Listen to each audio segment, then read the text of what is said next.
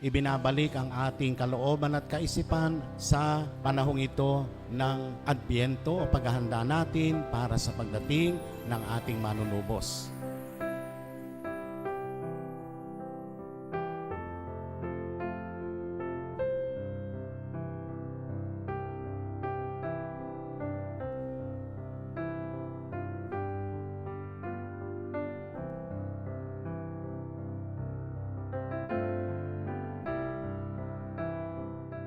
Ang pagbibigay ay hindi naghihintay ng kapalit. Ang pagbibigay ay kusang loob. Ang pagbibigay ay hindi napipilitan.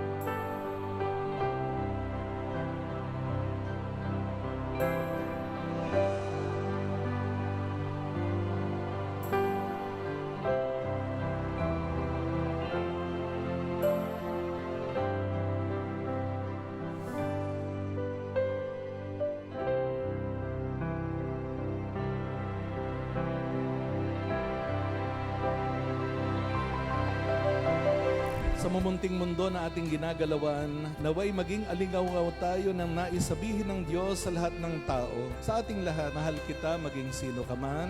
Naway patuloy tayong makabangon sa ating pagkadapa at naway maging instrumento tayo ng paghihilom at kagaligan sa ating sugatang kapwa, pamilya at mundo.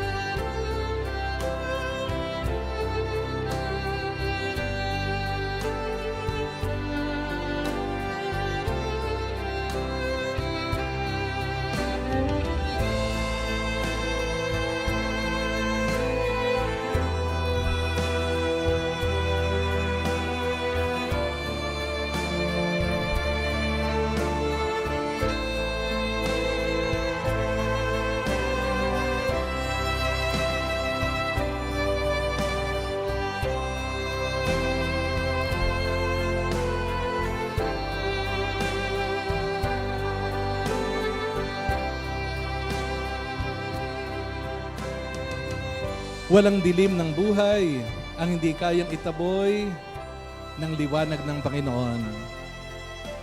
Ano man ang ating naging kasalanan, may kapatawaran.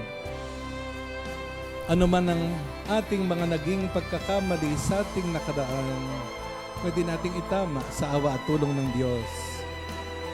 Ano man ang personal na suliranin at dalahin, lahat ng ito ay maaaring dalawin ng liwanag ng Panginoon.